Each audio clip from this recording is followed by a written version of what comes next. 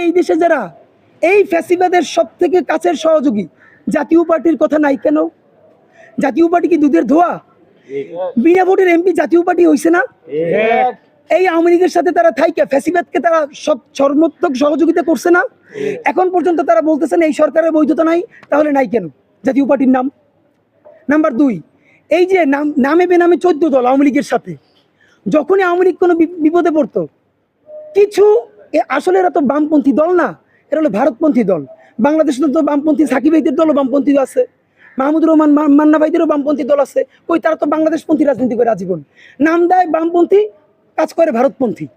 আমাদের সাথে বামপন্থার কোনো সমস্যা নাই, আমাদের সাথে সমস্যার ভারতপন্থা। এই ভারতপন্থা যদি জামাতও যায়, জামাত তো নাই করে দেওয়া হবে বাংলাদেশ থেকে। ডানার বাম বুঝি না, পন্থা একটা বাংলাদেশ। সুতরাং আপনাদের কাছে জানাতে চাই, এই যে 14 দল আওয়ামী লীগের আজীবন খালি সমর্থন দেয় নাই, 14 দল কি করছে? আওয়ামী লীগের টাকা খাইছে, পয়সা খাইছে, প্রতিষ্ঠান নিচে ক্ষমতা করছে, শাহবাগ কায়েম করছে।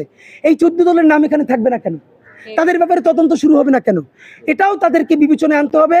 জাতীয় পার্টি এবং অপরাপর এই যে আওয়ামী লীগের সাথে 14 দল, তাদেরকে ছেড়ে দেওয়া যাবে না।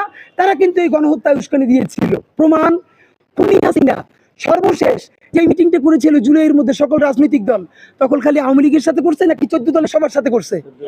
প্রত্যেকটা গিয়ে বলছে আপনি মাইরে ফেলান, তবু আপনি ক্ষমতায় থাকবেন।